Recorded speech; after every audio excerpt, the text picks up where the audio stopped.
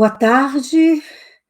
Eu acho que já para os nossos amigos que estão do outro lado do oceano já é quase noite, mas boa tarde a todas e a todos. E eu tenho o imenso prazer de ter sido convidada para dirigir essa mesa, a mesa 1I1 do 28º Congresso Internacional da Abraplip, da Associação Brasileira de Professores de Literatura Portuguesa. Agradeço à comissão que aqui me escolheu e tenho o maior prazer também de convidar os dois membros desta mesa, aqueles que vão compor esta mesa, que são a professora Ana Paula Arnaud e o professor Flávio Garcia. Então, bom dia a todos, boa tarde a todos, boa noite quase, Ana Paula. E eu acho que é um encontro simpático, tenho muito prazer de estar aqui dirigindo vocês dois, ouvindo o que vocês vão ter para dizer, e muito curiosa já do que vai ser dito, e imagino que isso vai ser um prazer também para todos os nossos ouvintes. Nós vamos começar pela ordem, vou convidar, portanto, a professora Ana Paula Arnaud para tomar a palavra, mas quero dar os dois títulos de interesse para que o nosso público já esteja interessado no assunto que vai ser apresentado. A Ana Paula vai nos falar o seu título é Mário Cláudio, o arquiteto da visualidade da palavra, e ela está falando deste livro, O Tríptico da Salvação, e o professor Flávio Garcia, que vai nos falar, como sempre, sobre o centro da sua linha de pesquisa, que é o fantástico em monstruosidades do tempo do infortúnio, de José Viale Monteiro. Obrigada. Esse eu não tinha.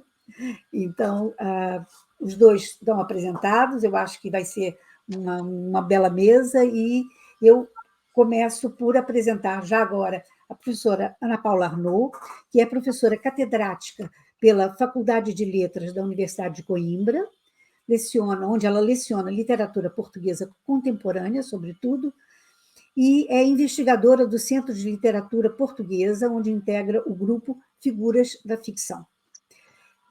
Tem, entre os seus interesses, Mário Cláudio é um deles, né, na literatura contemporânea. Eu acho que eu divido com ela grandes amores, né?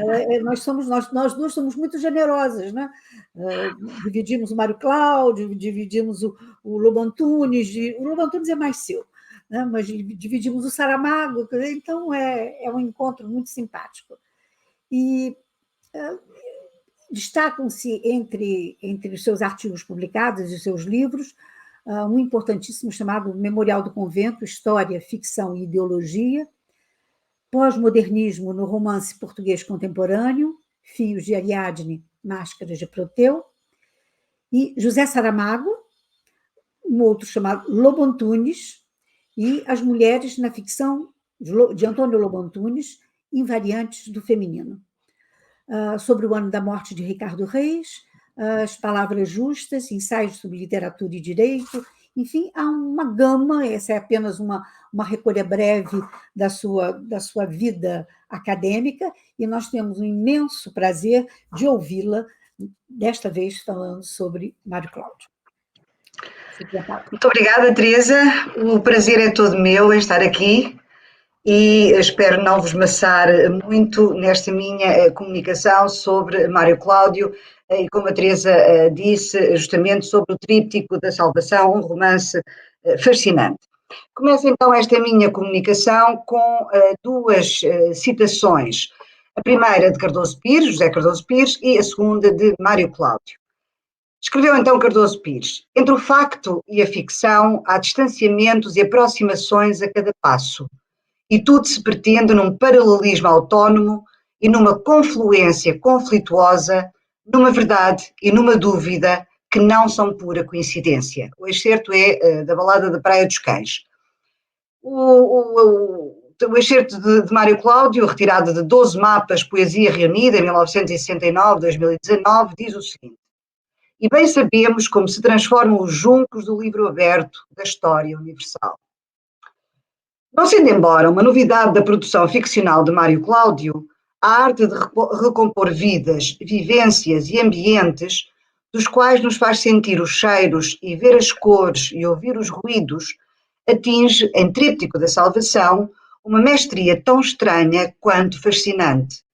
Servindo-se de uma moldura histórica recognoscível, que tem por pano de fundo as convulsões religiosas do tempo de Lutero, bem como as ambiências familiares e sociais simultaneamente ilustrativas das públicas virtudes e dos vícios privados das personagens, o autor põe em cena uma interessantíssima aliança entre facto e ficção, numa verdade que nunca será certeza e numa dúvida que se perpetuará pelo tempo. Ao contrário do que alguma crítica parecia esperar, porém, o enfoque da narrativa não se centra na discussão de grandes questões filosóficas ou religiosas. Por exemplo, entre o assassino que quer expiar pela obra que deixa o seu pecado e o pintor reformado, descrente do papel das obras na salvação. Não se centra também na exposição do confronto entre mundos em choque, o artístico e o comercial, o católico e o reformado, o do crime e o da beatitude, o da miséria ou o do espírito. Ainda que estes temas estejam presentes, o que progressivamente ganha destaque, de facto, é um tópico simples, porém de contornos complexos pelas afinidades relacionais que mantém com a condição humana, a obsessão. No caso, a obsessão pela conclusão de um tríptico designado da salvação, destino final da religiosidade, inicialmente protagonizada, a obsessão, e claramente assumida pelo amanuense Hans Kunzberger, que, roubando o sonho, as riquezas e a vida ao amo calzídico, faz a encomenda ao Lucas Cranach, o velho, amigo íntimo de Martinho Lutero. A compulsão é depois vivida pela sua mulher, Magdalena, e finalmente pelo filho primogênito de ambos, Johann. As grandes questões existenciais dissolvem-se, pois, é verdade, na marginalidade dos meandros do reconhecido gosto proustofílico do escritor, através de quase pequenos nadas que inscreve na narrativa e que o transformam, e por conseguinte a transformam, em celebrante dos dias, curioso do acaso, explicador de lances, para citar Mário Cláudio. Não é menos verdade, todavia, que é justamente esta estratégia negativamente apontada por alguma crítica que faz do livro um fresco de mentalidades não coletivas, mas particulares e dadas a viva voz, a partir das quais é sempre possível, no entanto, extrapolar para indagações de dimensão universal. Ou, se preferirmos adotar a expressão usada pelo aprendiz, Hans Cranach, a partir das quais é fácil franquear a entrada para o grande teatro do mundo. O romance, de cujas páginas sobressai então o efeito de semelhança com uma realidade, verdade que lhe é exterior, e que não é só, como sugerimos, relativa ao enquadramento histórico, constrói-se de uma polifonia duplamente tranquila e discreta, mas, em simultâneo, alicerçada numa construção vocabular esfuziante e visualmente grotesca. Em primeiro lugar, porque de modo claro se apresentam as três vozes, Hans, Magdalena e Johann, que corporizam os relatos que não só dão continuidade ao que podemos designar como saga do tríptico, mas que também, de forma diversa, facultam renovadas versões dos acontecimentos ou preenchem lacunas semântico-narrativas que vão sendo deixadas pela ou pelas vozes precedentes. Assim sucede, entre outros momentos, quando Johann recupera o tópico das relações familiares no início de um relato pontuado por crónicas pícaras da responsabilidade de Hans Cranach. Reportamos-nos, pois, às três partes do livro: crucifixão, deposição e ressurreição, que apesar de permitirem um paralelismo semântico englobante com as respectivas componentes do retábulo encomendado, crime, arrependimento e glória, com ele não encontram paridade estrutural. Assim, a referência repetida, que consubstancia uma estratégia também responsável por uma estampagem detalhada e visual na imaginação do leitor, o tríptico deverá apresentar do lado esquerdo, ou correspondente ao lado da epístola, eu vou fazer agora breves citações do romance, deve apresentar do lado esquerdo ou correspondente ao lado da epístola o painel da crucifixão de Nosso Senhor Jesus Cristo. Do lado direito, o equivalente ao lado do Evangelho, o respeitante à deposição do Messias. E ao centro, em lugar de destaque, descrever-se-á a ressurreição do Filho do Homem que nos resgatou pelo sacrifício do seu corpo e sangue. Não se esquecem também as dimensões, pormenorizando-se que as tábuas laterais deverão medir 12 por 5 pés, enquanto a central, até a ressurreição, 12 por 10 pés, ou as colocações dos doadores, Magdalena e Hans, este presentificado de joelhos e de mãos postas aos pés da cruz, e em sinal de penitência pela loucura dos que mataram o Salvador. Aquela, Magdalena, em igual posição e à beira das santas mulheres que o prantearam, e em homenagem às ditas e a seu nunca exageradamente celebrado padecimento. Citado. Em segundo lugar, a descrição vocal que mencionamos resulta de uma referência dada por Hans Kunzberger no início da primeira parte. E cito, a partir de então, estabelecer-se entre nós o diálogo mudo do qual alguém, um longínquo escriba, espalharia talvez a notícia uns quantos séculos decorridos. Fim de citação. Apesar de ambíguo, ou justamente porque ambíguo, o comentário deixa adivinhar a presença da voz que por detrás de todas as outras assiste e constrói a história, a do próprio Mário Cláudio. Aqui, como em outras narrativas, ainda que em menor grau, relativamente, por exemplo, a Amadeu, a Tiago Veiga, uma biografia, o autor, o eventual longínquo escriba, mesmo que enviesadamente, afigura-se-nos passível de ilustrar a imagem criada por Richard Holmes sobre o biógrafo em particular, mas com os escrevos da Saramago, tudo é biografia, mas a imagem de Richard Holmes é a seguinte. O biógrafo é, para ele, uma espécie de vagabundo que está constantemente a bater à janela da cozinha na esperança secreta de vir a ser convidado para jantar. O mesmo tipo de efeito e de ambiguidade, no caso relativamente à voz de Magdalena, em que também se espreita a do autor, decorre do comentário sobre a ideia de uma peregrinação a Roma, empreendida por uma viúva em era de turbulência e da qual se diz poder desafiar o narrador de histórias de qualquer época e local. É, portanto, no e pelo jogo destas vozes que se edifica o relato de uma obsessão em constante trânsito narrativo que, de modo diverso, é contaminado por interessantes estratégias de dilação. Estas, em estreita conexão com os padecimentos causados, em que se incluem as inevitáveis incursões por infernos vários, relacionados com os sucessivos adiamentos a que a conclusão e a consequente entrega das telas é sujeita, torna possível propor um paralelismo traçado a partir da religião devotamente seguida pelos Kunzberger. Referimos-nos, em termos simbólicos gerais, à Via Crucis, à qual, aliás, Magdalena alude a propósito não deste contexto, mas da ocasião em que na cidade eterna, onde se encontra, os fiéis repetem ou reproduzem os passos do Senhor Jesus no caminho percorrido até ao Calvário. Parece-nos legítimo, portanto, levantar a hipótese de que a opção pela grafia crucifixão, ao invés da mais usual crucificação, resulta da maior potencialidade simbólica que a primeira oferece, na medida em que o grafema X, no âmbito da semântica interna que a palavra confirma, ativa uma representação da figura de Cristo transportando a cruz. Afinal, adequando ao contexto as palavras de António Cândido sobre a literatura em geral, a obra, em particular, e cito, só vive na medida em que estes, os leitores, a vivem, decifrando-a, aceitando-a, deformando-a. A obra não é produto fixo, unívoco ante qualquer público, nem este é passivo, homogéneo, registrando uniformemente o seu efeito. Fim de citação.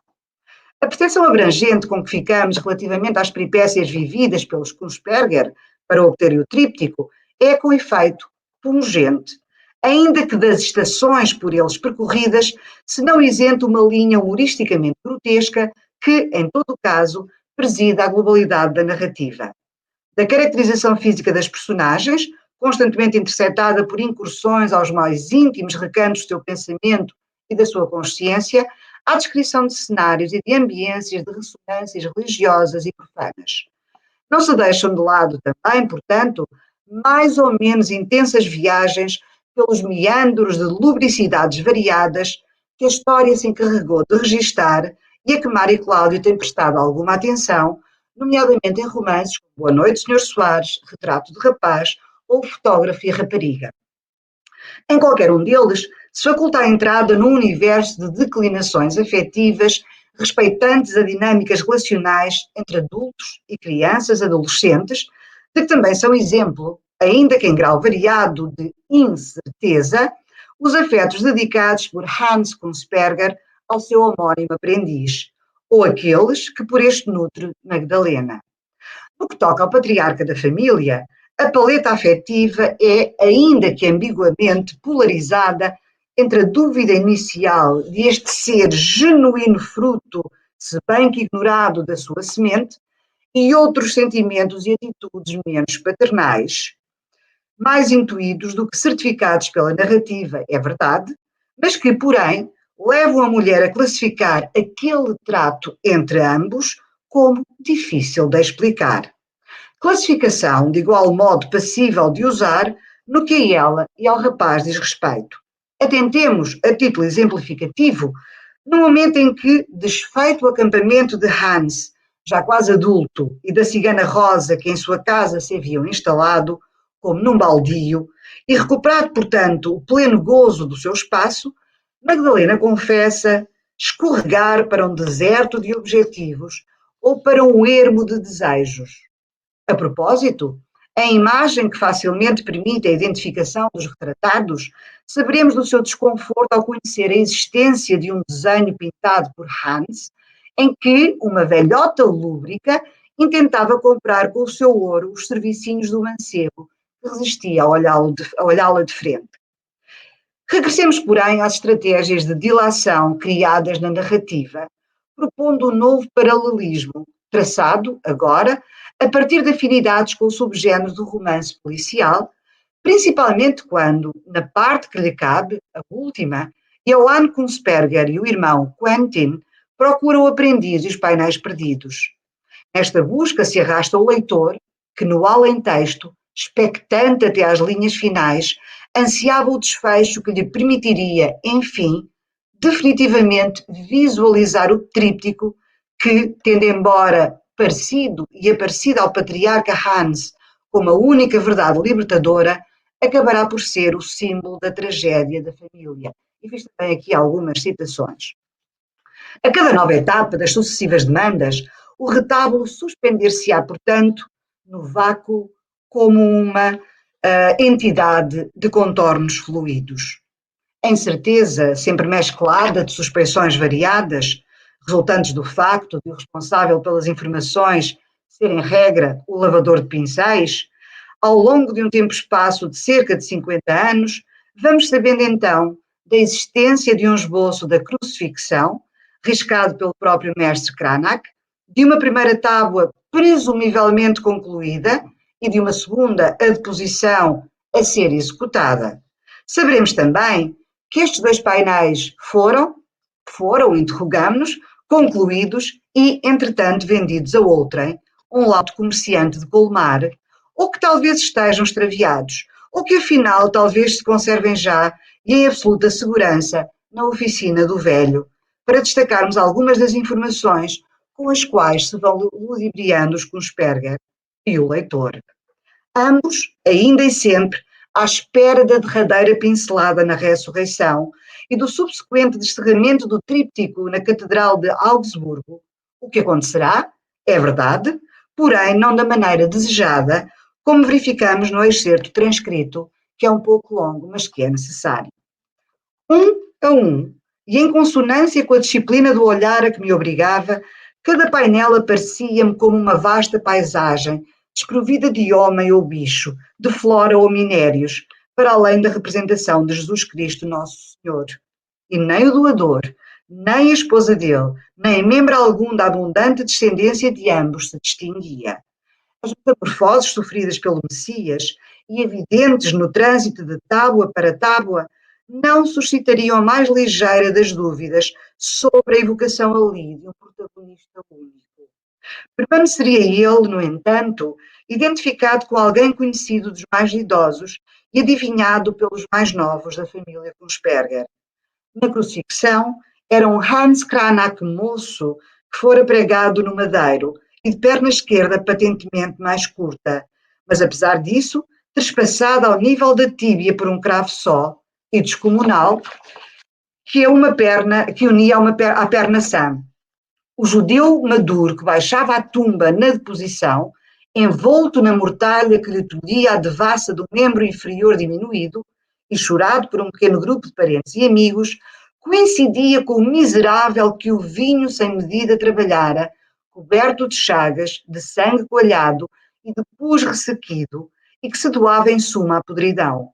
E se nos soerguêssemos, divisaríamos os pés imaculados, pertencentes a um corpo que se libertava do retângulo onde o haviam aprisionado.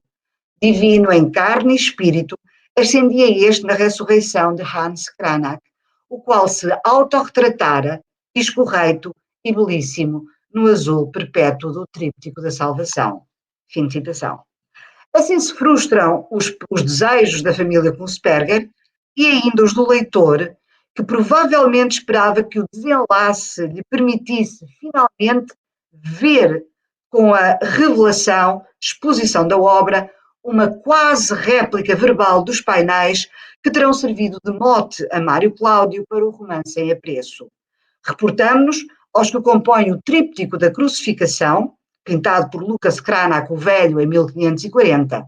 A enquadrar à esquerda, o painel central ocupado pela crucificação, a representação da agonia no Jardim das Oliveiras, a coroação de Cristo e o caminho até ao Calvário, e, à direita, a flagelação, Ecce Homo e a ressurreição. Mas isto, de facto, não acontece. Azeitando embora, no que toca à dinâmica da estrutura semântica da narrativa, a efetiva e profunda decepção e infelicidade dos Kunsperger, que na catedral assistem à cerimónia de descerramento daquele que deveria ser um tríptico redentor, julgamos, todavia, poder afirmar que os quadros são, de facto, concebidos, pintados e apresentados na versão idealizada e desejada pela família que o encomenda. Como? Podemos nós perguntar, ou podem perguntar alguns, mais descrentes nas potencialidades de representação da literatura. A resposta é plausivelmente simples, pelo menos assim nos aparece. Serão as personagens, propomos nós, serão as personagens Hans e Magdalena, e nós com elas, esquecendo a mão que por detrás tudo comanda, as grandes responsáveis por, através da palavra, pintarem os painéis do tríptico, se não inteiramente, pelo menos com pormenores suficientes para nos permitirem a sua visualização. Através de descrições, por vezes saídas de pesadelo, que convulsiona a personagem Hans Kunsperger, nas quais se avantajava o pintor de grande cabeleira desgrenhada e montando um burro sorridente que possuía as feições do filho primogênito, sabemos, em cena que convoca o painel da esquerda, da crucifixão, quer dos soldados romanos de elmo e couraça, espada e escudo, que desfilavam rumo ao topo do Gólgata, fazendo estremecer sob a sua marcha o sol de Jerusalém, quer de uma longínqua Magdalena, igual à sua, arfar de angústia e de solidão, debaixo de um céu que se entenebrava ameaçadoramente e de onde se abria um rasgão de luz que permitia vislumbrar os pés de Jesus Cristo que os cravos perfuravam e que, despregados do lenho, ascendiam com lentidão, beijados por um querubim que apresentava o rosto macilento do aprendiz. E citei.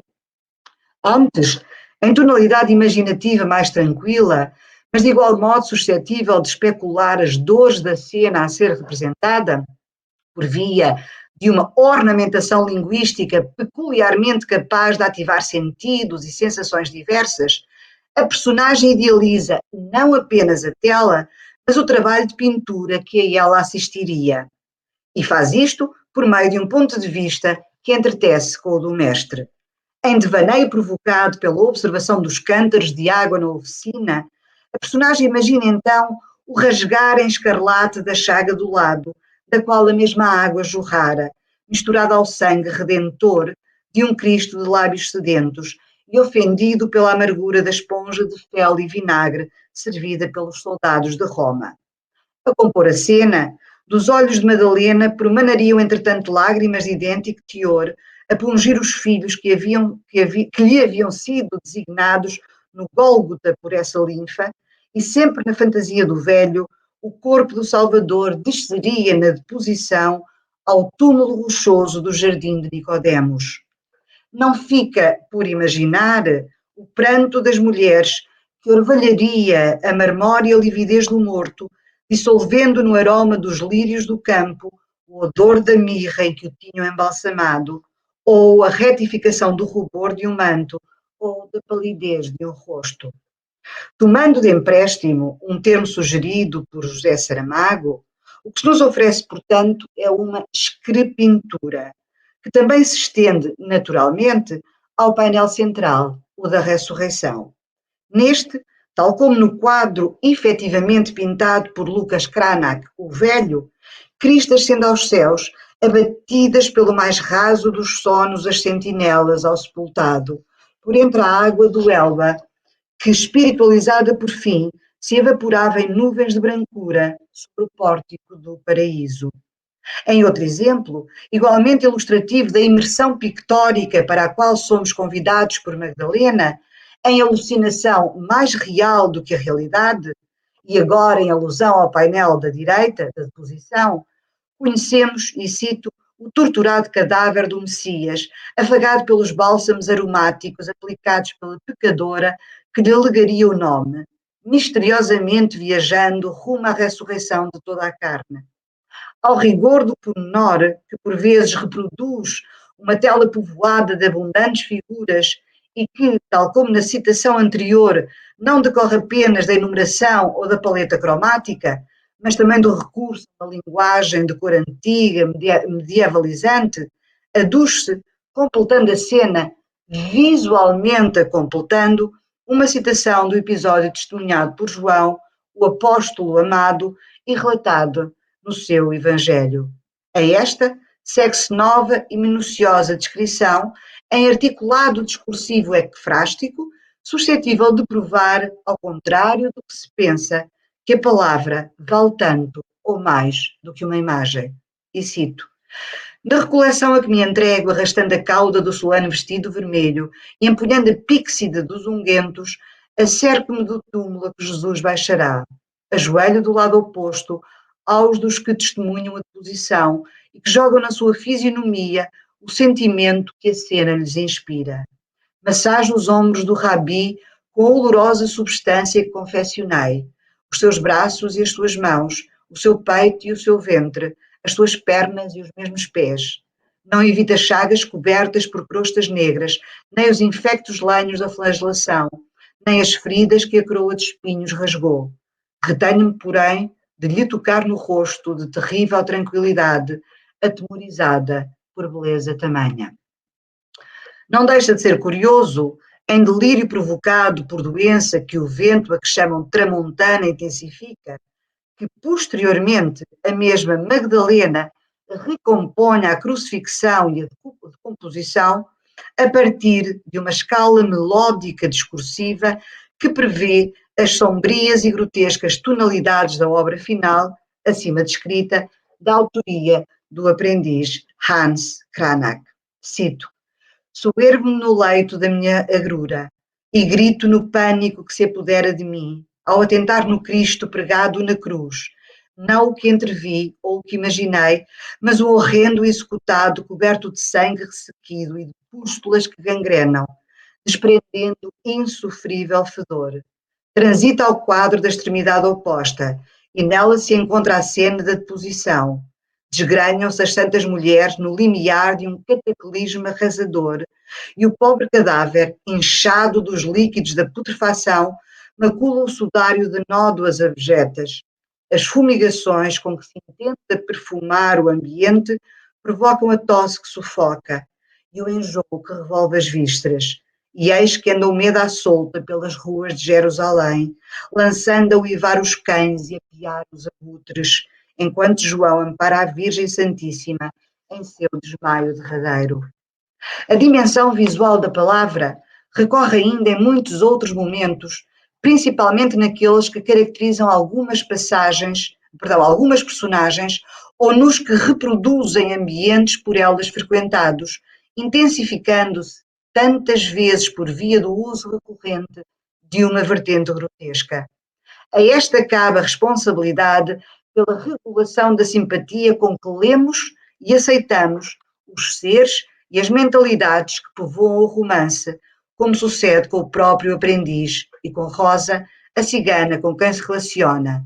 Uma rapariga escura, e cito, de testa surpreendentemente baixa e quase sem pescoço, que se encolhia numa expressão amedrontada de bichinho selvagem acabado de capturar, e que se espapassa entre as almofadas sujas após haver atestado de leite o bucho da sua bebé, e se assoa aos dedos e os enxuga a seguir nas saias. A ela é também possível atribuir a responsabilidade pela diluição do sentido do sagrado e do transcendente que assiste à encomenda e à procura do tríptico.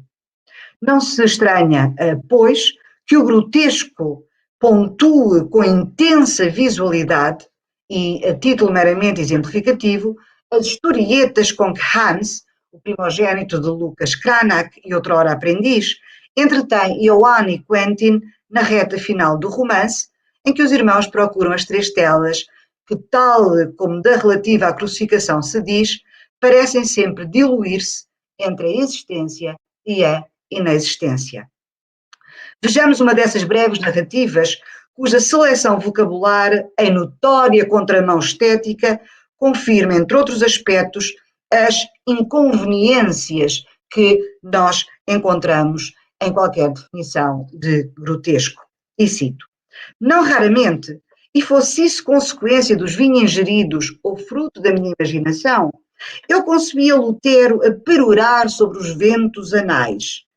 Elaboraria ele, na minha ideia, toda uma teoria sobre barulhos e cheiretes, aventando em que modalidade se exprimiriam os gases deste ou daquele. Atreito a laboriosas digestões, exemplificaria o nosso anfitrião, Erasmo de Roterdão, sob a custa alijava o peso abdominal, mediante ligeiríssimos borborigmos, tão infrequentes como inaudíveis, e que de nada lhe aproveitariam em termos de isotório. Transitava depois aos traques de Calvino e de Zwinglio, estabelecendo paralelismo entre a característica do peido e a compleição do que se peidava. Fim de citação.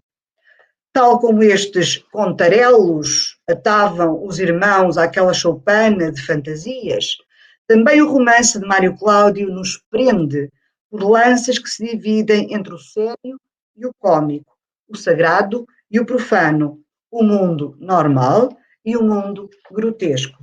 E, tal como deles se diz, tríptico da salvação é, em suma, e cito, e assim termino, tríptico da salvação é, em suma, quase tão pictórico como as cenas ao ar livre produzidas pelos artistas flamencos.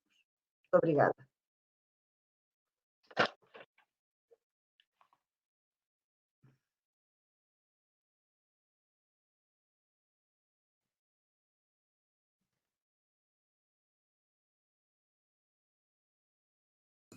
Não, pronto, agora já agora.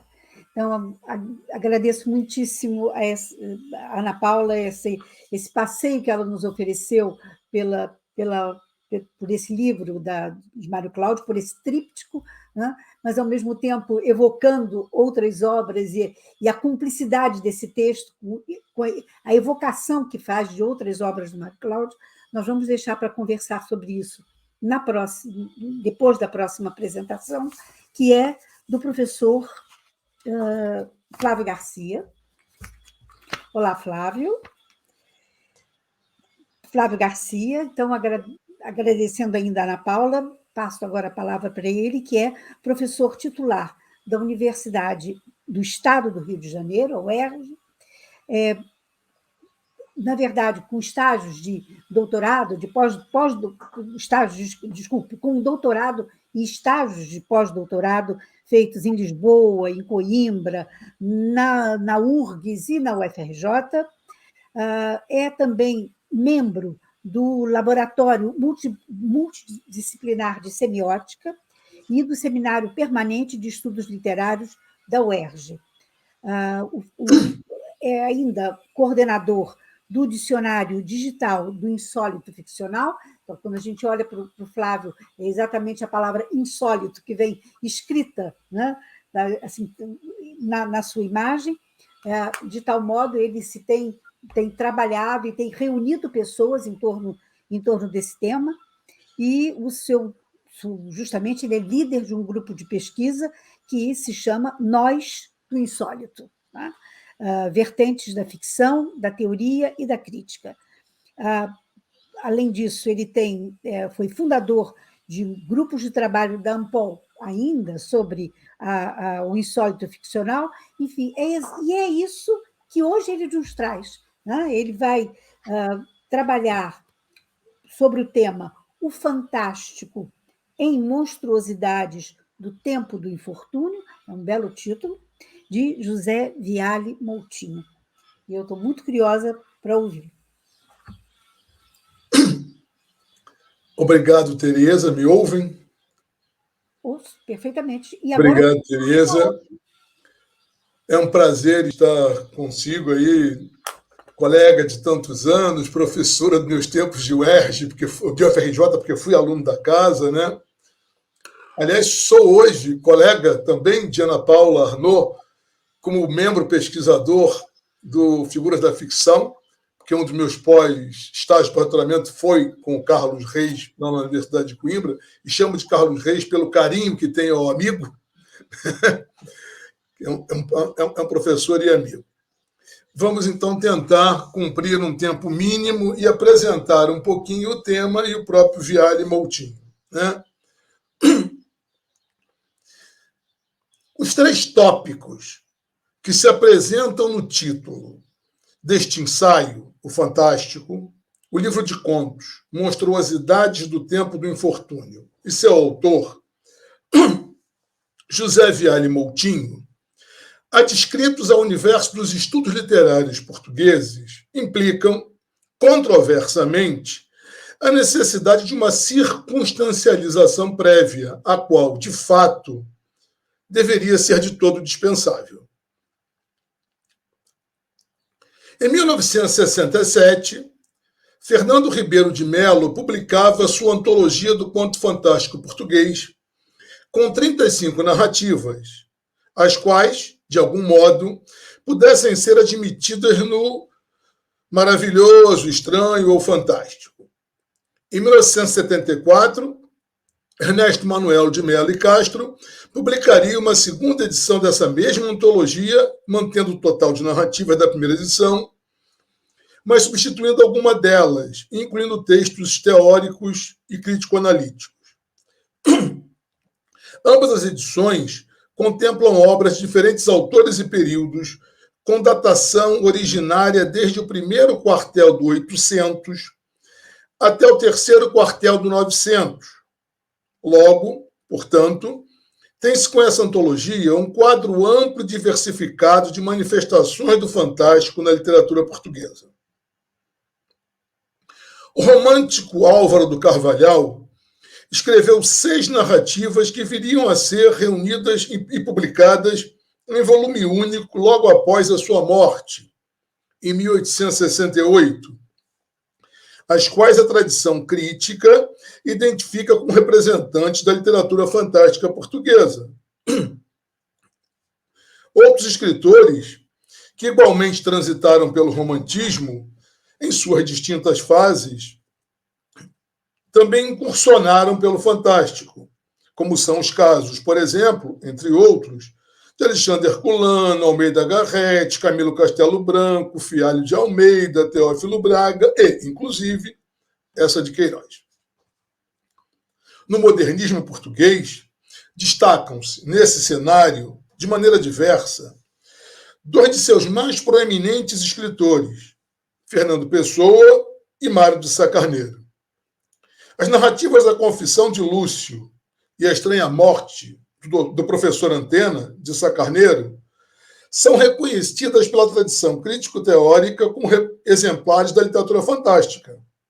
O conto Um Jantar Muito Original, do semi-heterônimo Alexander Serge, resgatado do espólio de Pessoa e publicado, é também tido por ficção fantástica.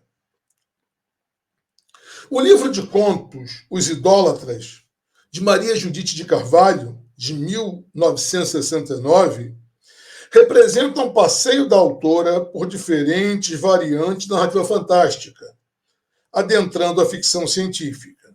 Nele, há contos nos quais se podem identificar muitos dos procedimentos discursivos que as correntes da teoria e da crítica apontam como apropriados ao fantástico, desde o emprego de pontuação própria, reticências, interrogação, tempos e modos verbais específicos, pretérito imperfeito, futuro do pretérito, subjuntivo, expressões de diferentes categorias gramaticais que revelam dúvida, talvez, provável. Em 1983, a RTP, Rádio e Televisão de Portugal, exibiu 7 episódios do programa Contos Fantásticos. O primeiro deles, Princesinha das Rosas, baseado na obra de Fialho de Almeida. O segundo, Tiaga ou Reencarnação Deliciosa, em uma narrativa de Aquilino Ribeiro. O terceiro, O Visconde, em um conto de Álvaro do Carvalhal. O quarto, O Defunto, inspirado em um texto de Eça de Queiroz. O quinto, O Canto da Sereia, em uma história de Júlio Diniz. O sexto, A Noite de Walpurgis, em obra de Hugo Rocha. O sétimo e último, A Estranha Morte do professor Antena, no conto homônimo de Sá Carneiro. Entre 1983 e 1990, a editora Rolim publicou 36 volumes de sua coleção Fantástico, contemplando narrativas originalmente publicadas desde 1847, A Feiticeira do Douro, de Eduardo Augusto de Faria, até o ano de início da coleção, A Inaudita Guerra da Avenida Gago Coutinho, de Mário de Carvalho. Em 1985, a Rolim publicaria a antologia Fantástico no Feminino, com textos coetâneos de 14 diferentes escritoras: Clara Pinto Correia, Filomena Cabral, Luísa Costa Gomes, Margarida Carpinteiro, Maria Alberta Meneres, Maria Isabel Barreno, Maria Judite de Carvalho, Maria Ondina Braga, Maria Regina Louro, Maria Teresa Horta, Maria Velho da Costa, Olga Gonçalves, Orlando Amarilis, Wanda Ramos e extratextos de Graça Moraes. Antes de publicar A Inaudita Guerra da Avenida Gago Coutinho e Outros Contos, em 1983, Mário de Carvalho já havia publicado, em 1981, Contos da Sétima Esfera.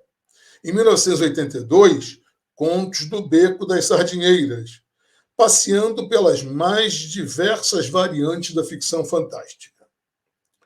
Os Contos Soltos, de 1986, e os Contos Vagabundos, de 2000, mantêm o autor na seara do fantástico. E ainda se pode admitir que, em algumas novelas e certos romances, o escritor flerta com essa vertente ficcional tão presente em sua contística. Esse percurso panoramicamente horizontal, desprovido de verticalização, em que se deixaram de mencionar escritores como Mário Henrique Leiria, José Saramago, Teolinda Gerson, entre outros mais, ilustra, ainda que resumidamente, a presença do fantástico na literatura e nas artes portuguesas desde sempre. Todavia, não se pode ficar devendo um olhar para a teorização e a crítica, que se produziu sobre esse viés da ficcionalidade. Entre os estudiosos que se vêm destacando nas mais diversas redes internacionais de pesquisadores contemporâneos, sendo geralmente aproximado ao franco-búlgaro Tezevetan Todorov e a francesa Irene Dessierre, encontra-se o português Felipe Furtado, autor de A Construção do Fantástico na Narrativa, uma obra de 1980. Nesse seu livro inaugural, Furtado corrige desvios de Todorov e preenche lacunas deixadas pelo franco-búlgaro, incorporando as funções do ator e do actante, que busca no estruturalismo semiótico de Greimas e do narratário, que traz de Harjanet. A Furtado deve-se ainda à cunhagem do termo-conceito discursos do meta-empírico, que espraia em literatura do meta-empírico e ficção do meta-empírico, tendo sido divulgado em um colóquio sobre o fantástico na arte contemporânea, então realizado na Fundação Calouste Gulbenkian, em 1988, com seu texto completo vindo a ser publicado em 1992. Esse termo foi essencial para o alargamento e a fixação do conceito de fantástico modo, distintamente ao de fantástico gênero, conforme se verifica no verbete que o mesmo Furtado assina no Edicionário de Termos Literários, a partir de 2009.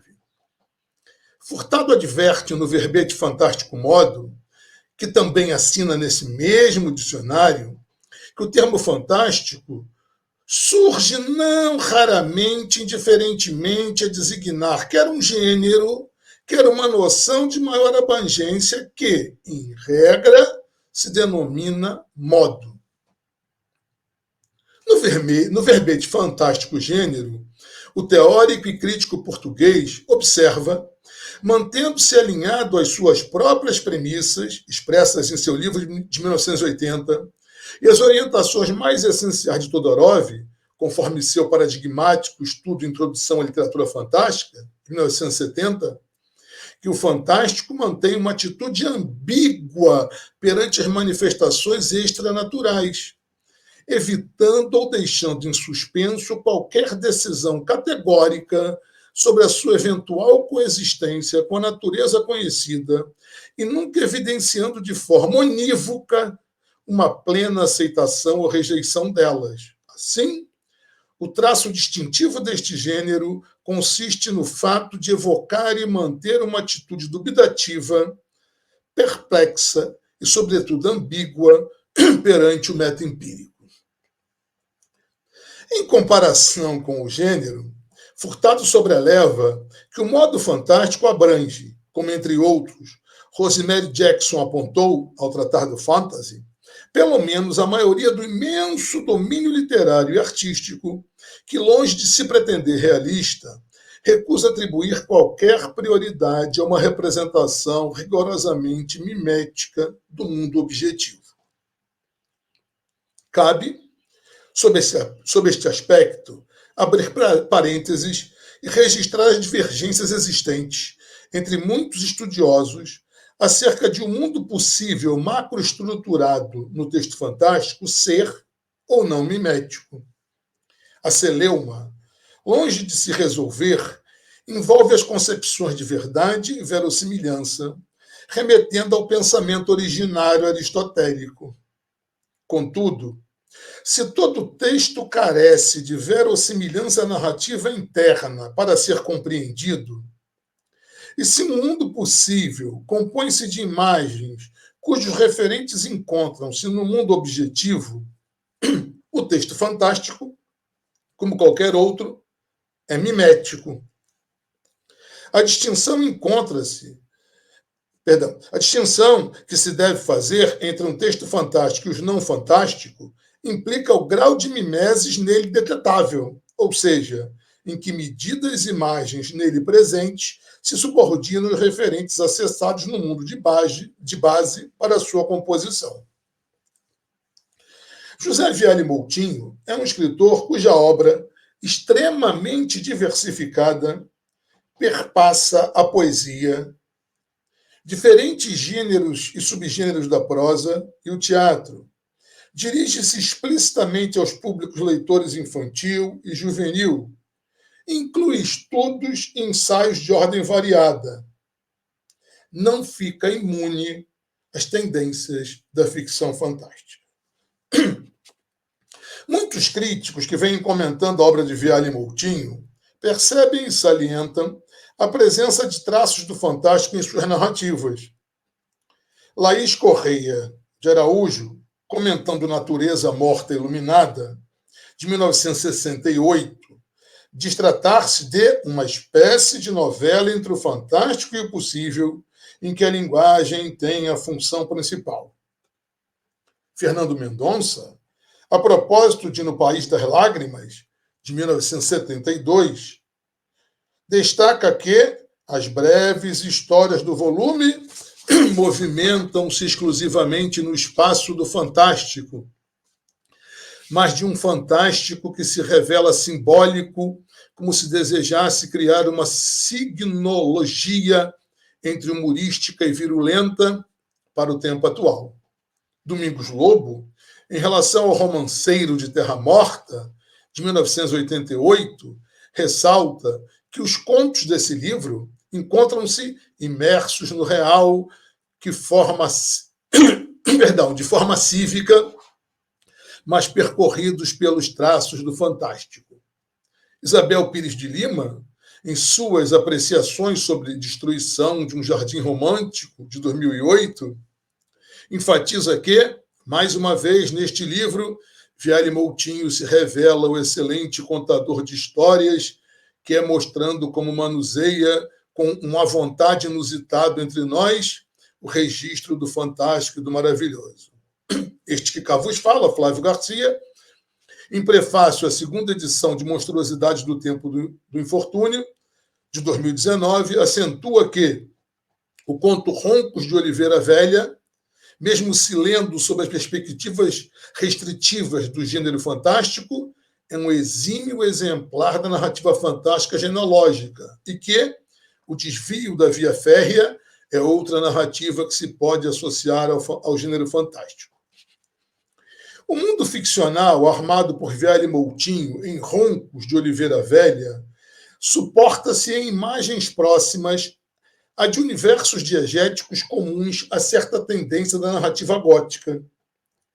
A história inicia-se com a notícia de que Alfredo Quintana fechara sua moagem em Oliveira Velha, estância que ficara desertificada, quase nada havendo à sua volta, nem mesmo coveiro.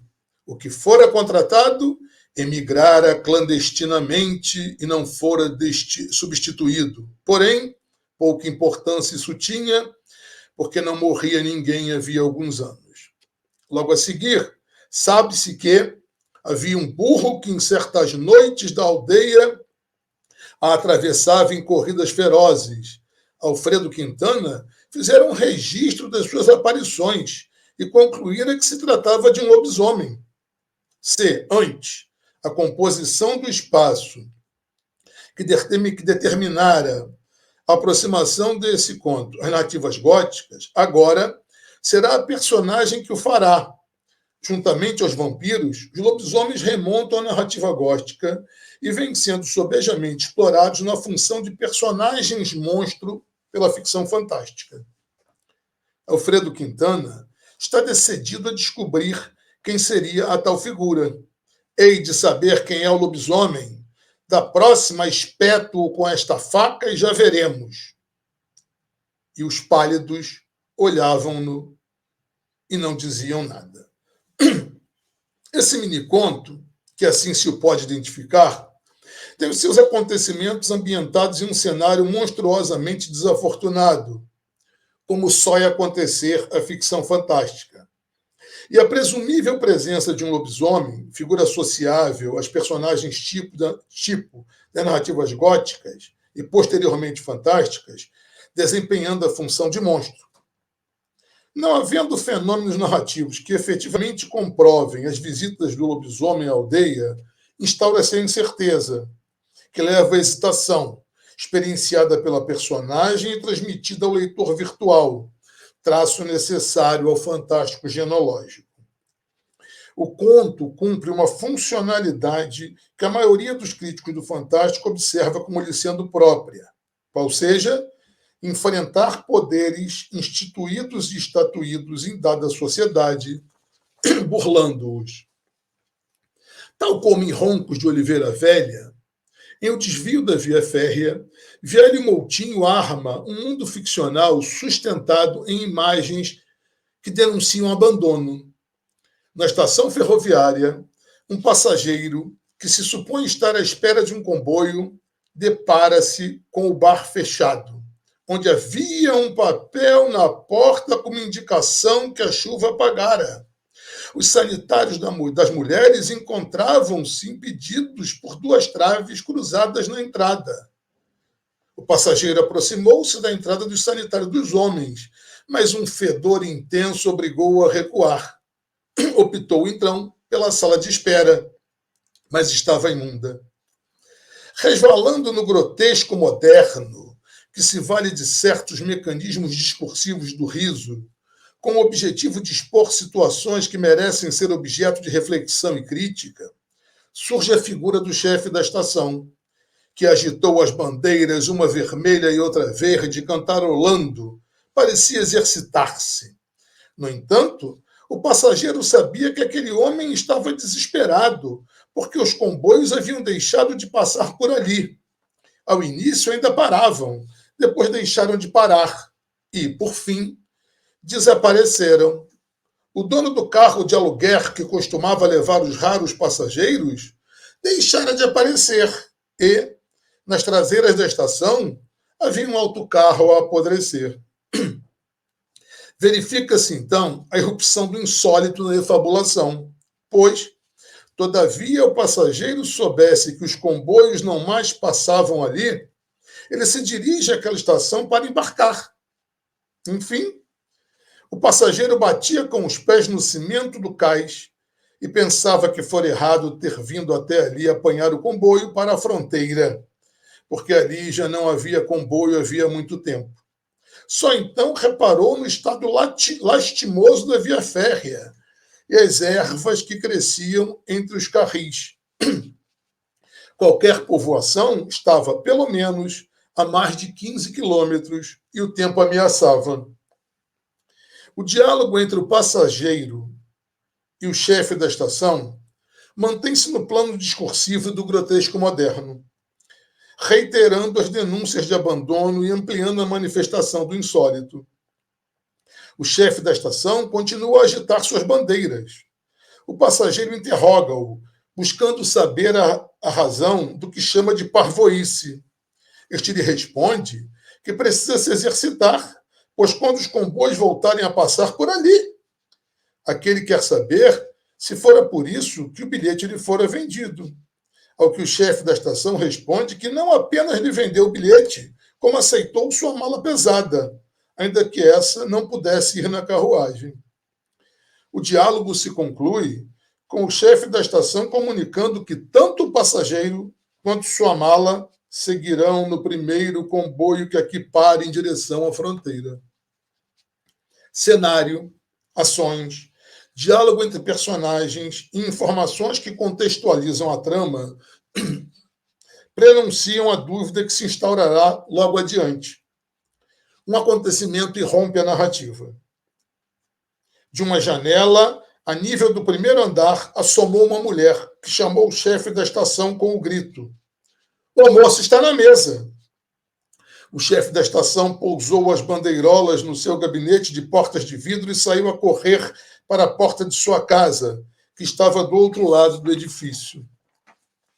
O passageiro queria perguntar a alguém como poderia sair dali, mas, como não encontrou ninguém, decidiu então seguir o chefe da estação e entrou pela porta que dava acesso às escadas de sua casa. Foi encontrá-lo sentado à mesa, comendo ovos estrelados. E, logo, "A sua senhora?" perguntou. Ao que o chefe da estação lhe respondeu: "Vivo aqui sozinho, meu senhor." Novo contrassenso acional irrompe na efabulação. O passageiro pergunta: "E aquela mulher que falou daqui?" Em resposta, diz-lhe o chefe da estação: "É um fantasma. O fantasma de uma mulher que foi apanhada por um comboio ao atravessar a linha. Ela que me vem fazer a comida todos os dias." O fantasma é uma personagem tipo reincidente na ficção fantástica, permeada, por exemplo, pela temática ou estratégia do duplo e correlacionada, entre outras, a imagens góticas da assombração. O episódio que teria originado sua existência coliga-se com o trágico tenebroso. Outro acontecimento inesperado e insólito entrecorta a sequência fabulativa. Soa, irritantemente, a buzina de um carro de aluguer.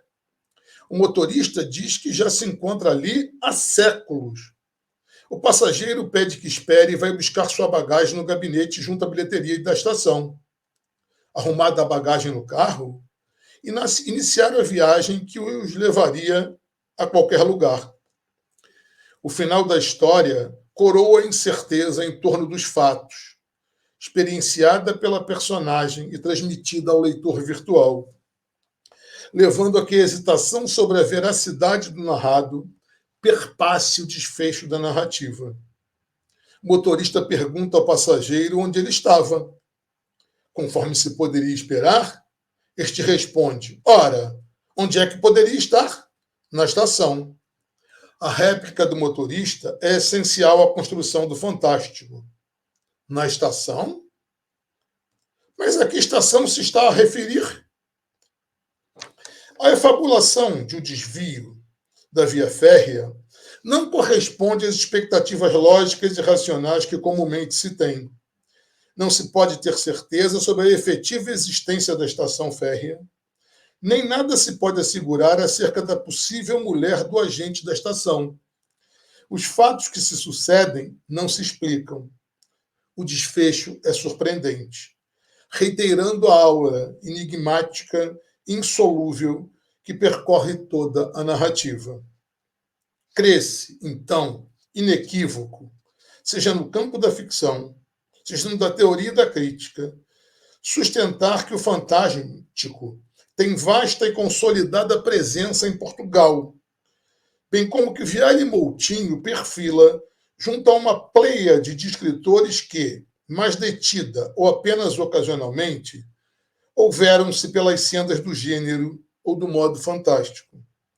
As narrativas Roncos de Oliveira Velha e O Desvio da Via Férrea, de monstruosidades do tempo do infortúnio, prestam-se para ilustrar o vínculo de José Viale Moutinho com o fantástico, somando-se a outras de suas obras. Obrigado.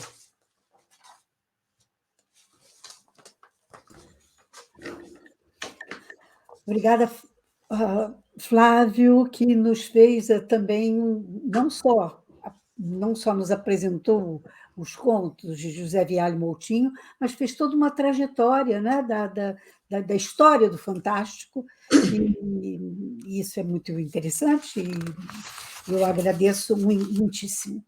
Eu não sei se há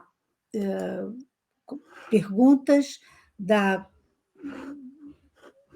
plateia, mas eu teria a gente vai conversar, pelo menos gostaria muito de conversar com vocês. E eu vou começar instigando a Ana Paula a uma resposta que nasce, afinal de contas, no início do resumo que ela apresentou, e que diz: aplaudido por uns, criticado por outros, o Tríptico da Salvação de Mário Cláudio ilustra, então, o que ele ilustra nós já sabemos, quer dizer, o gosto do autor, há uma série de recorrências da escrita do Mário Cláudio nesse texto, não só em relação aos personagens, em relação ao narrador, aquele que um dia vai retomar a história para ser contada, quer dizer, há um caminho Mário Cláudio que a gente reconhece, né? Também na construção vocabular, e que você demonstra muitíssimo bem o quanto ela é plástica, né? Essa plasticização do grotesco, que não sei se você acha que tem algum cabimento, mas quase a lembrar um certo Lobo Antunes, quer dizer, uma certa presença desse grotesco, desse mundo grotesco antuniano que, aliás, hoje são até bastante amigos. Mas eu queria saber o que é que nesse texto, segundo você, poderia fazer que a recepção desse livro tivesse sido a de aplaudido e criticado. Bom, os gostos de cada um, os gostos variam muito, não é? Portanto, começa logo por essa resposta muitíssimo, muitíssimo simples. Mas o que, tanto quanto eu li da crítica sobre, na altura em que o livro foi publicado, as críticas negativas eram justamente porque tinha havido uma frustração na leitura decorrente da quebra de expectativas.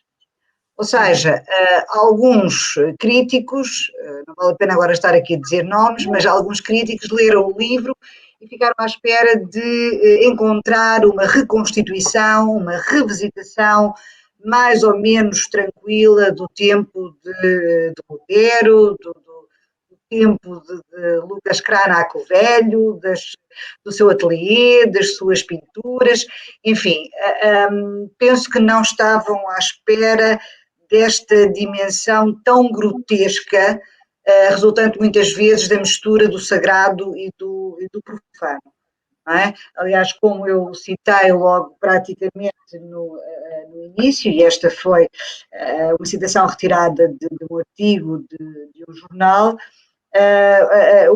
os grandes pormenores que eram destacados em termos de crítica tinham a ver com o facto de a obra não se centrar na discussão de grandes questões filosóficas e religiosas, tal como era esperado. E já para o efeito também pictóricas, não é? Porque já que se trata do Tríptico da Salvação e de Lucas Cranach, também se poderia esperar uma problematização desse tipo de matérias.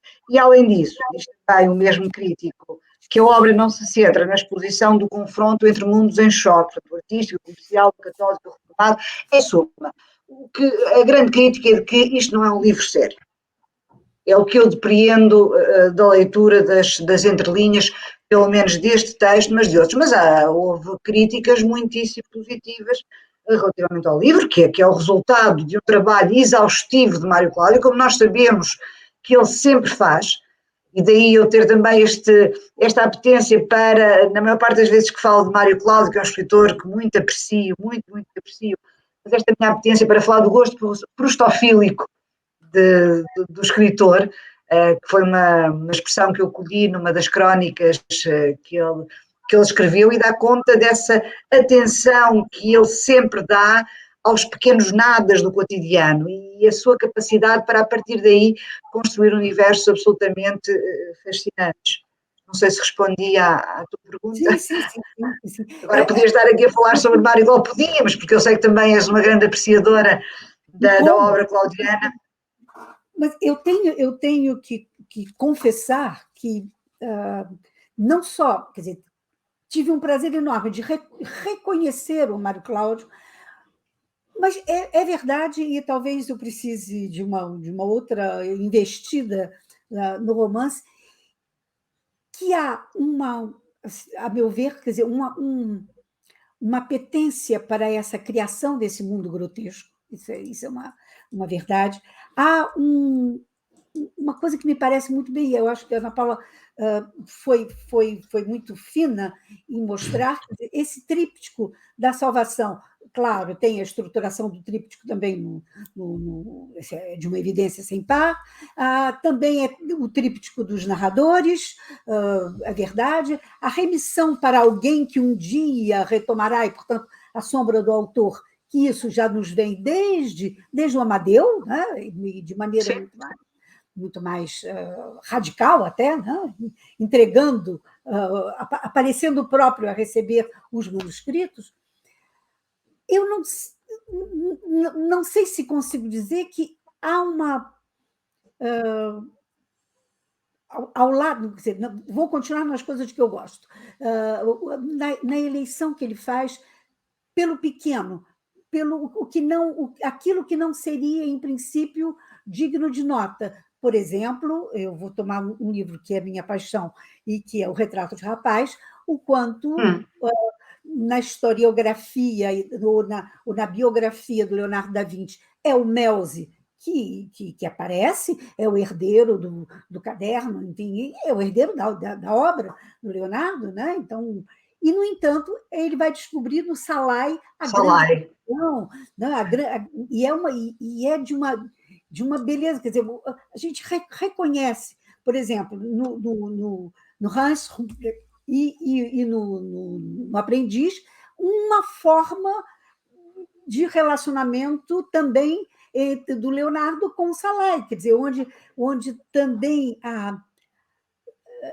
o desejo, uma certa lubricidade, se quisermos, mas no caso fica sempre por acontecer, quer dizer, a própria Madalena vai dizer, isso é uma história que é difícil de entender, né? Uma relação difícil de entender. Quer dizer, nada é muito evidente, você tem razão nesse jogo dos narradores que vão se completando.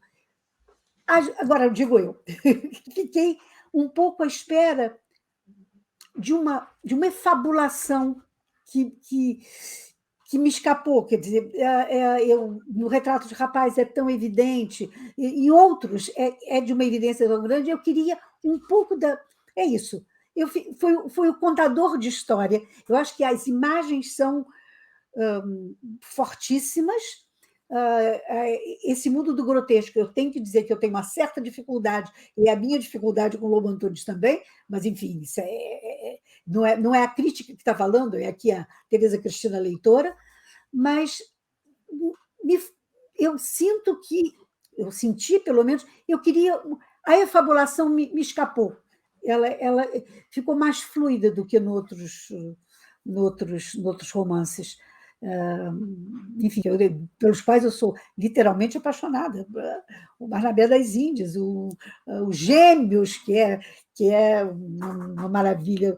Eu não sei se essa questão da efabulação, se você poderia pensar nisso, se minimamente isso pode ter custado aos leitores do livro. Não, eu acho que sim. Eu gosto deste tipo de narrativa complicada, que resiste, que me obriga a estar de lápis na mão, mas é um gosto pessoal. Mas reconheço que para alguns leitores, nomeadamente alguns com quem falei e que leram, ou pelo menos tentaram ler o Tríptico da Salvação, um dos problemas encontrados foi justamente a complexidade, não só no tipo de linguagem que é utilizada, que parece ser muito a linguagem da época, não sendo embora, não é? Mas há ali muita coisa que nos faz lembrar aqueles tempos e que não soa a contemporâneo. E depois a própria estrutura, porque como eu apontei no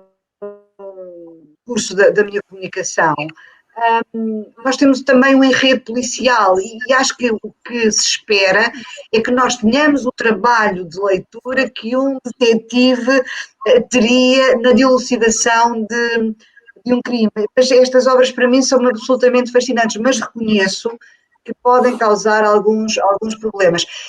É talvez mais complicada do que o Retrato de Rapaz ou do que o Fotografia Rapariga, enfim, romances, alguns têm afinidades temáticas com alguns aspectos deste tríptico da Salvação, como Boa Noite, Sr. Soares, não é? Que é talvez o mais simples de toda esta panóplia de títulos que referi agora, mas ainda assim este livro é um brocado, eu acho que é um brocado de linguagem.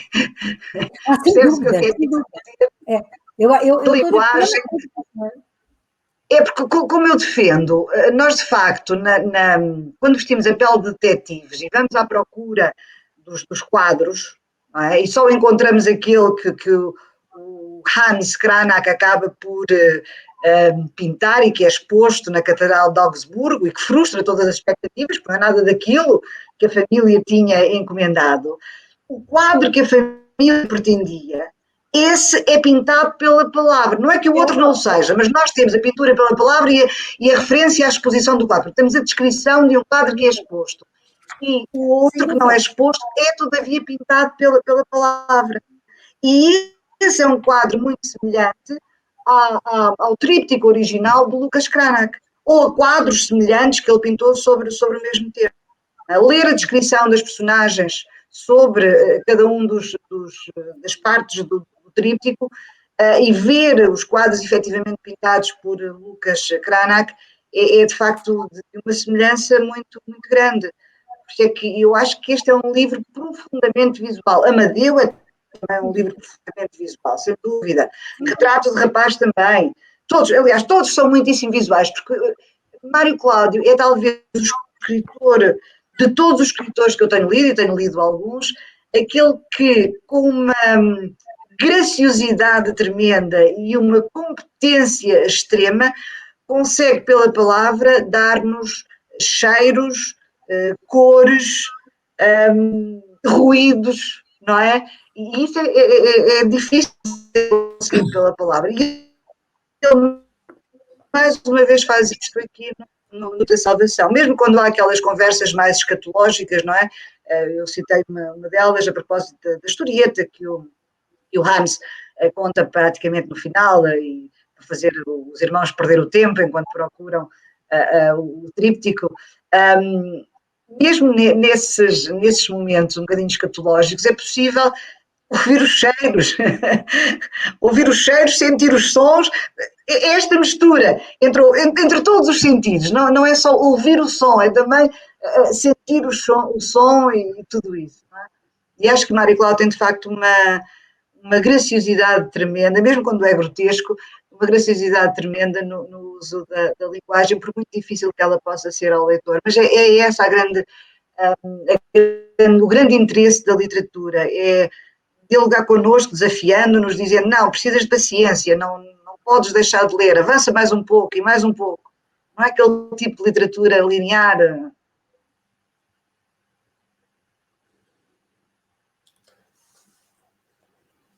Teresa, tens o microfone desligado.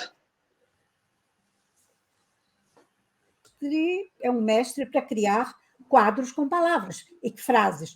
E agora, voltando ao Amadeu, quantas vezes o que nós temos são verdadeiras frases, isto é, descrições do quadro do Amadeu, ok, mas isso é só um nível.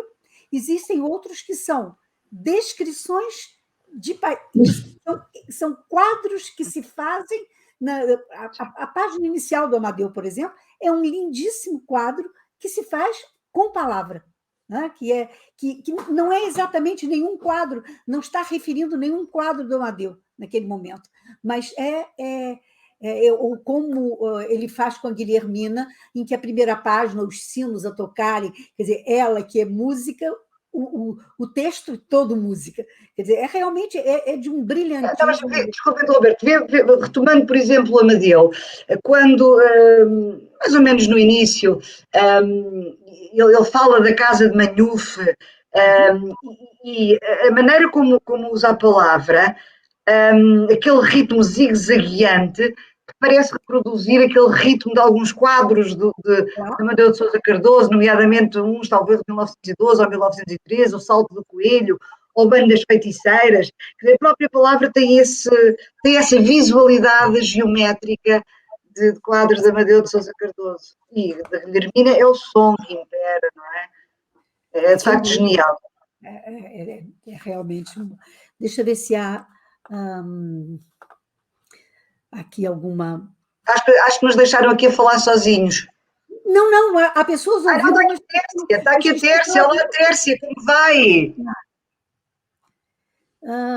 Bom, sempre muito bom, Ana Paula, ter sido orientada em Coimbra, pronto, mas não há exatamente uma pergunta. Eu vou agora instigar aqui o Flávio a. Me diga uma coisa, você tinha encaminhado uma questão, na verdade, duas coisas. Você tinha encaminhado, ao falar do Filipe Furtado, uma diferenciação entre gênero fantástico e modo fantástico. Depois, ao tratar do José Viale, dos contos que você elegeu, você deu preferência ao aspecto genológico, né? O gênero fantástico. Queria que você aprofundasse um pouquinho esse meandro, o modo fantástico, o gênero fantástico, e por que você, onde você veria essa diferença no caso do José Verdi, que parece você ter optado pelo gênero fantástico. E, por outro lado, eu achei o quanto é interessante, você disse, de certo modo, o fantástico não está ali por acaso, muitas vezes ele vem como um modo de burlar a referência, de burlar os poderes, né? Então há também esse intuito de inserção, estar fora para olhar de fora para dentro, né? O que é lei, o que é norma, o que é o poder. E os desvios da via férrea, o título é interessantíssimo, né? Quer dizer, tudo ali é desvio, né? Tudo, o trem não passa, o chefe da estação continua com as bandeirolas porque acha que um dia vai passar, uma passagem que é vendida, e a gente vai vendo uma série de desvios, quando, na verdade, acaba por um desvio muito maior, será que a estação existe? Quer dizer, será que tudo isso que eu li, né? A mulher é o fantasma, então ela também não existe, e ele acaba tirando o nosso tapete, porque a gente se sente tão inteligente, dizendo, desvios, olha aqui, tudo está desviado, né? E, de repente, ele tira o tapete, porque o grande desvio é que, na verdade, a via férrea sequer existe, ou talvez não é, radicaliza, digamos, essa operação do fantástico. Vamos ao som. Parece que Está ótimo. Já está ótimo, sim. Vamos lá. Antes de eu te responder, Tereza, e agradeço enormemente as perguntas, porque elas foram maravilhosas, eu queria justificar o percurso. Por que eu optei por fazer um percurso que eu situei a tradição, e o que eu vou chamar de tradição é essa mesmo, de uma ficção fantástica, e estou chamando de ficção não só a literatura em si, como aquela produção televisiva, né? Estou pensando a ficção no sentido mais amplo, e não deixei Felipe Furtado de fora como teoria.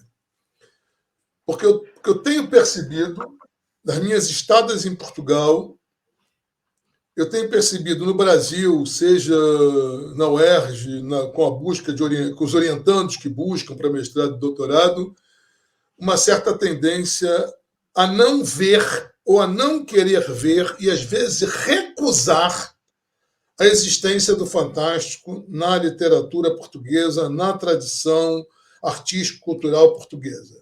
O que me parece um contrassenso, por razões de ordem das mais variadas, né?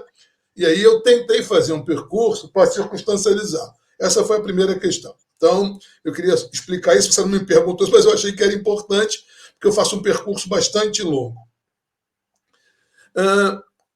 Hoje, quando se pensa fantástico, e aí é teoria,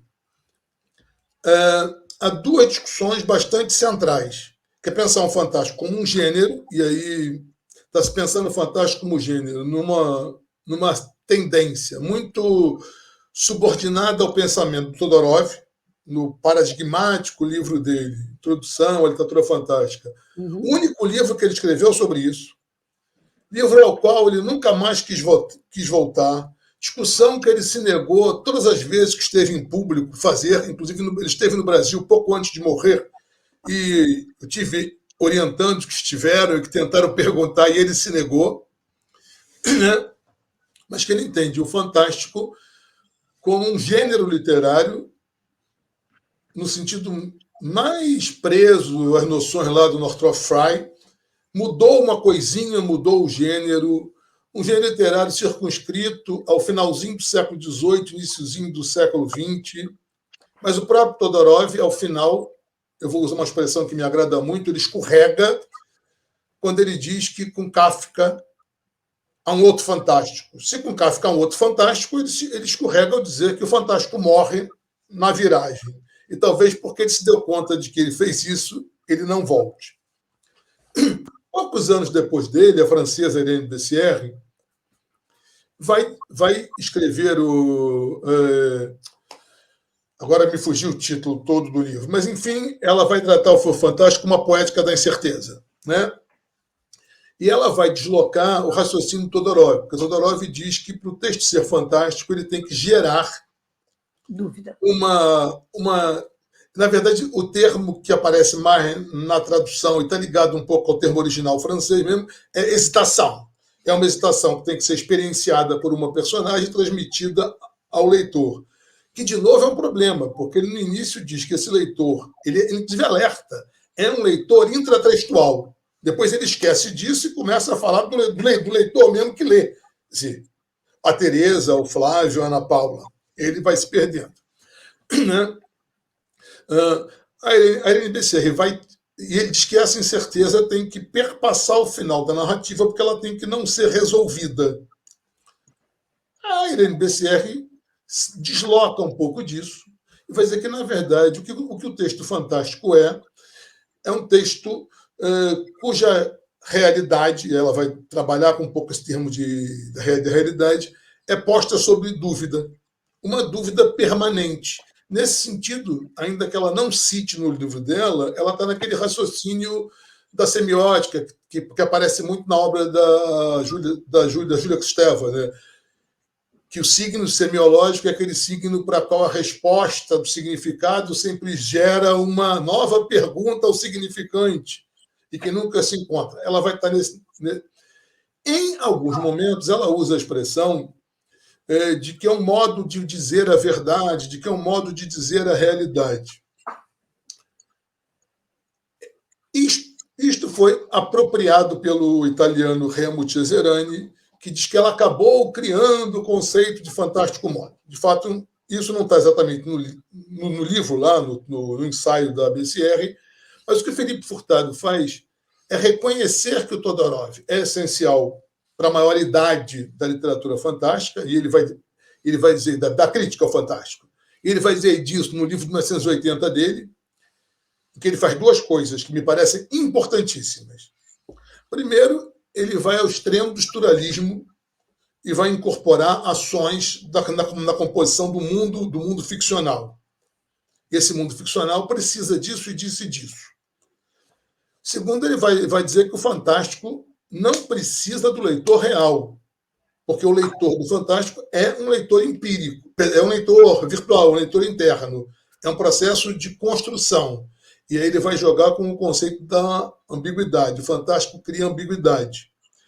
Mas ele também se vale da Irene Becerra para dizer isso. O mais importante que eu diria que o Furtado faz é, em 1980, ir a Rosemary Jackson e ampliar aquele leque de todo e qualquer texto que, de certa maneira, ao construir o seu mundo ficcional, tem uma mimesis não subordinada ao referente no seu plano primeiro. E aí não há como não pensar ir lá no Paul Ricoeur, naqueles níveis de representação da realidade riquerianos. Deu uma engasgada, riquerianos. Mais adiante, o Felipe Furtado vai desenvolver um termo, conceito, que vai aparecer pela primeira vez em 88, num evento organizado pela Maria Alzira Seixo, cuja publicação é de 92, que ele vai buscar na filosofia, que são os discursos do meta empírico, aquilo que, de certa maneira, está vinculado ao que nós não temos por certo em dado momento da realidade, em dado lugar. E aí ele vai começar a desenvolver esse conceito como um todo.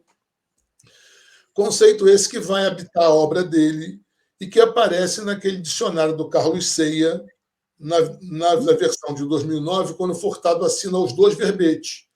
E que acaba sendo algo muito engraçado, porque o mesmo Furtado que assina um verbete dizendo que o fantástico gênero tem que ser subordinadíssima a toda uma estrutura interna, que o fantástico gênero está contíguo, né, e contingenciado ao estranho, maravilhoso, vai assinar Fantástico Modo, dizendo que o Fantástico Modo é toda aquela narrativa que, de certa maneira, em dado momento, em dado lugar ou em dado espaço, né, coloca a nossa percepção da realidade em xeque, essa percepção da realidade em dúvida, né? De certa maneira, é um pouco isso que se coloca. Eu tentei recorrer à sua primeira questão. Agora vamos para a segunda, que também esbarra um pouco nisso, né? E que já estava lá no Todorov e em alguns autores que antes do Todorov já haviam pensado o fantástico. E que é muito cara ao fantástico. Não achar que o fantástico é uma simples literatura, ficção de deleite, né? Que é ficção ou literatura menor, né?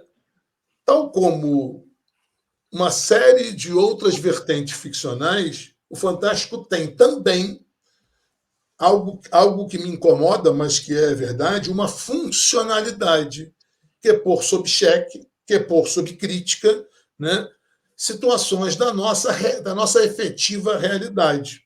Né? Por exemplo, eu usei um termo que tem sido utilizado por vários autores da crítica fantástica contemporânea, dos quais eu destacaria o ficcionista premiado, professor e teórico premiado de Barcelona, o David Roas, da Universidade Autônoma de Barcelona, que é usar o termo grotesco moderno, que é pensar o grotesco não como um discurso que quer provocar apenas o riso, mas, na verdade, o grotesco como um discurso que quer constranger, né? Aquela ideia do riso constrangedor. E eu sei que você, Tereza, em algum momento das suas pesquisas de leituras passadas que eu fiz sua, esbarra nisso da questão do riso, né? Então, hoje a crítica do fantástico tem incorporado essa ideia, né, de que o riso, em muita ficção fantástica, não é um riso para rir, mas é um riso para constranger, porque o fantástico seria uma via de burlar a realidade, o fantástico seria uma via de driblar os poderes instituídos e estatuídos. Se a gente pensar no fantástico modo, aí eu faço a costura, e se a gente admitir que o realismo mágico, ou o realismo maravilhoso, ou real maravilhoso, ou até mesmo certa parcela do que alguns teóricos, ainda que sem consenso, chamam de realismo animista, quando pensam em África, eu acho que isso caberia não só para a África, né? Se a gente admite que esse universo de vertentes ficcionais se abrigam no fantástico modo, eles são vertentes da literatura ou da ficção que se prestaram e se prestam à contraposição ao poder. O que mais, né, a ficção do Garcia Marques fez, né, em relação ao poder? O que mais, se a gente quiser ir lá na origem do termo realismo animista, no livro, na obra do Pepe Tela, no Luégio, né, se não nomear algo que é para se colocar contra o poder, né? Não sei se eu consegui te responder, se eu acabei me alongando demais. Né? Não, mas nós dividimos tempo, não extrapolamos o tempo. Acho que foi uma mesa que resultou muito. Tivemos, de certo modo, um grotesco do Mário Cláudio, e você, de certo modo, também tocando na questão do grotesco. E pronto, tenho que agradecer aos dois. Eu acho que a Ana Paula vai poder ir ao seu jantar, já marcado no Porto. Espero que tenha um bom vinho e que se divirta.